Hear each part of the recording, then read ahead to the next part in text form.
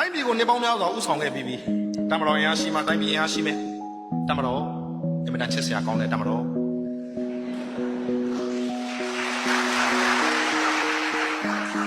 အဲ့ဒီစကားကကျွန်တော်နောက်တောင်မဟုတ်ဘူး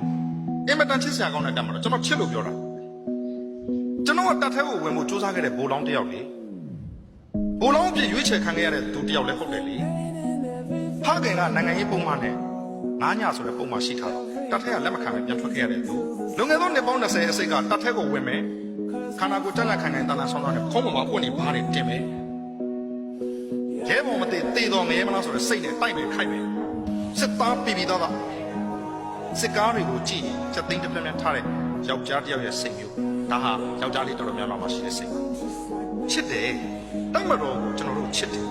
ကျွန်တော်တို့မချစ်တာကစစ်အာဏာရှင်ကိုမချစ်တာ